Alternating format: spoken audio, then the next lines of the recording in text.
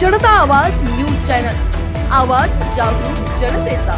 जेव्हा गोदावरी कालव्याचे काम पूर्ण होईल तेव्हापासून पुढील 25 वर्षे आपल्या मुलाबाळांना पाण्यासाठी संघर्ष करावा लागणार नाही, असा आम्ही शब्द नामदार राधाकृष्ण विखे पाटील यांच्या वतीने देतो, असे प्रतिपादन डॉक्टर सुजय विखे पाटील यांनी केले। राहाता तालुक्यातील एकरुखे येथे नाशिक पाटबंधारे विभागाच्या गोदावरी कालवे तुलाकरण उपविभाग क्रमांक 1 नाशिक अंतर्गत उजव्या तट कालव्यामधून एकरुखे गावासाठी नवीन अतिवाहक एस्केपच्या कामाचे भूमिपूजन डॉक्टर सुजय विखे पाटील यांच्या शुभ हस्ते संपन्न झाले। यावेळी ते बोलत होते। आज हे एस्केपचा शब्द आणि हा एस्केपचा शब्द मला कुठून कळाला, आपले लोक तर मांडत होते। स्वर्गीय ओंकार नानांनी पहिल्यांदा मला भवन नारायण हरी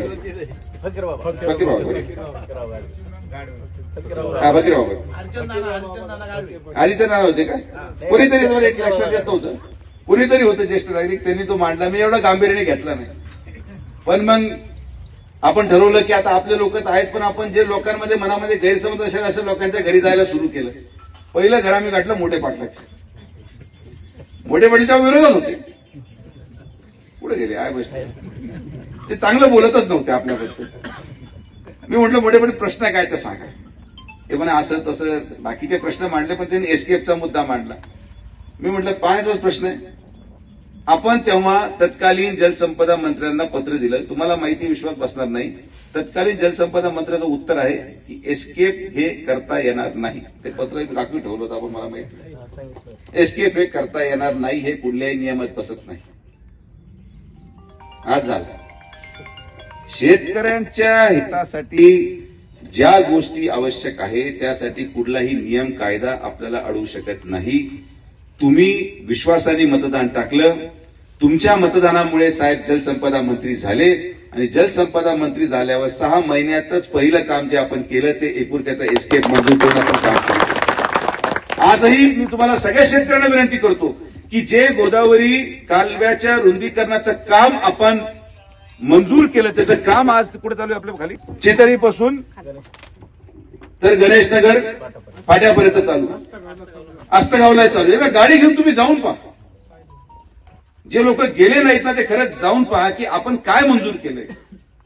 जेव्हा तुम्ही तो कालवा पाहाल आणि जेव्हा तुम्ही आता इथलं आहे ते एकरुखेच्या परिस्थितीचा कालवा पाहाल, तुम्हाला विश्वास बसणार नाही की हा खरंच गोदावरी कालवाच आहे। जेव्हा हे काम पूर्ण होईल, हे काम पूर्ण झाल्यानंतर 25 वर्ष आपल्या मुलाबाळांना पाण्यासाठी संघर्ष करावा लागणार नाही, हा शब्द मी तुम्हाला देतो। एवढंच नाही, पण आपण नुसतं कालव्याची दुरुस्ती करून भागणार येत नाही। मग अनेक लोक म्हटले चाऱ्या पण बऱ्याच जुन्या झाल्यात, म्हटलं काय पाहिजे, म्हटलं चाऱ्या करून पाहिजे, म्हटलं तर डन। आदेश दिला, 290 कोटी रुपये किती झाले, 302 केले मॅडमने। आता 290 कोटी रुपये ढोबळ आपण रक्कम निश्चित केली, एस्टिमेट सुरू केलं। हॅरिसन ब्रांच पासून तर चारी नंबर 1 पासून तर मला माहित नाही कितवा नंबर येतो शेवट 20 पर्यंत, 1 नंबर चालीपासून तर 20 नंबर चालीपर्यंत त्याचे गेट, त्याचे फाटक, त्याच्यावरचे पूल, त्याच्यावरच्या क्रॉसिंग, ज्या ज्या ठिकाणी अतिक्रमण झालंय, काही ठिकाणी शहरीकरण झाल्यामुळे अंडरग्राऊंड करावं लागणार, असं 302 कोटी रुपयाच्या रकमेला गोदावरीच्या आपल्या या परिसरामध्ये उजव्या कालव्याला किंवा डाव्या उजव्या कालव्याच्या पोटचाऱ्यांची दुरुस्तीसाठी 302 कोटी रुपयाला तांत्रिक मान्यता आपण मागच्या आठवड्यात दिली, आणि या पुढच्या महिन्यामध्ये त्याला प्रशासकीय मान्यता देऊन परत नारळ फोडणार। ते काम पण 5 वर्षात पूर्ण झाल्यानंतर 15 दिवसामध्ये गोदावरी आपल्या उजव्या कालव्याचं आवर्तन संपून कोणीही शेतकरी यापुढे पाण्यापासून वंचित राहणार नाही, हा शब्द मी या सगळ्या आलेल्या तमाम शेतकऱ्यांना माननीय नामदार राधाकृष्ण विखे पाटील साहेबांच्या वतीने देतो। आपलं काम हे काम करण्यासाठी वेळ देऊन संघर्ष करून तुम्ही कामं सांगा। आपण कामाच्या दृष्टिकोनातून आज पुढे जात आहोत। आरोप प्रत्यारोप होत राहतात, तुम्ही जसं म्हटले, काही लोक कधीच समाधानी होऊ शकत नाहीत आणि सगळ्यांचे सगळे प्रयोग करून थकले। मला या विधानसभेचा आनंद काय वाटतो माहितीये का, 2024 मध्ये जे सगळे प्रयत्न ज्यांना करायचे होते, गणेशच्या संचालकांची इच्छा पूर्ण झाली, तेही पैसे वाटून त्यांचे झाले, त्यांच्या कामगारांची इच्छा पूर्ण झाली की आपण ज्यांना 10 वर्ष जगवलं ते देखील आपल्या विरोधात पैसे वाटून त्यांची इच्छा पूर्ण झाली. शेजारच्यांनी इकडे येऊन राष्ट्रीय नेते आणि देशाचे नेते सगळे आणून त्यांची इच्छा पूर्ण झाली. जे कोणी आपल्यामधले गद्दार होते त्यांची इच्छा पूर्ण झाली. सगळ्यांनी प्रयत्न करून देखील आपण 70,000 त्याच खुर्चीवर टिकून राहिलो. या पलीकडे आता मला वाटतं की लोकांनी आता सोडून द्यावा विषय. विरोध असला पाहिजे, पण विरोध तत्वाचा पाहिजे, विरोध विचारांचा पाहिजे. पण दुर्दैवाने या मतदारसंघामध्ये एकुर्के असेल, रांजणगाव असेल, राहता असेल, आस्तगाव असेल, इथं विरोध हा विचारांचा नाहीच आहे, हा विरोध हा द्वेषाचा आहे. एका विशिष्ट परिवाराला द्वेष असणारे लोक, तुम्हाला मी सांगतो, तो बंधारा 1.5 फूट सोडा, तो 6 फूट जरी उंच घेतला तरी ते आपल्याला शिव्याच देणार. असे काही लोक एकुर्क्यामध्ये आहेत जे कधीच बदलू शकत नाही. त्यांनी आपल्या कुपना कॅम्पमध्ये येऊन कुपनही काढून घेतलं. त्यांनी आपल्या ज्येष्ठ नागरिकांच्या कॅम्पमध्ये आई वडिलांसाठी काठी छडी व्हीलचेअरही घेतली. त्यांनी आपल्या या पाण्याच्या आवर्तनामध्ये त्यांचे तळे भरून घेतले. त्यांनी पीक विमा योजनेअंतर्गत पीक विम्याचं नोंदणी करून 1 रुपयामध्ये जवळपास 1.5 लाख रुपये वर्ग करून घेतले. पण हे काही सुधारत नाही आणि हे सुधारण्याचा प्रयत्न पण आपण करू नये. एखादा व्यक्ती द्वेषाने असेल तर त्याला मी बदलू शकत नाही. आणि एवढं मतदान भरपूर झालं. सर्वसामान्य गोरगरीब जनतेचं मतदान आणि त्यांचा विश्वास एवढंच आपल्याला पाहिजे. आज आपण राहत्यामध्ये जरी पाहिलं तर राहत्याचा विकास आपण किती जलद गतीने करतो. पंचायत समितीची इमारत तुमच्या समोर पूर्ण झाली. राहत्याचं पोलीस स्टेशन जवळपास 20 कोटी रुपयाची इमारत राहत्या पोलीस स्टेशनची आता काम सुरू झालंय, तिथं सुरू होणार. गोदावरी उजव्या कालव्याचं ऑफिस अगोदर अधिकारी शोधावा लागायचे.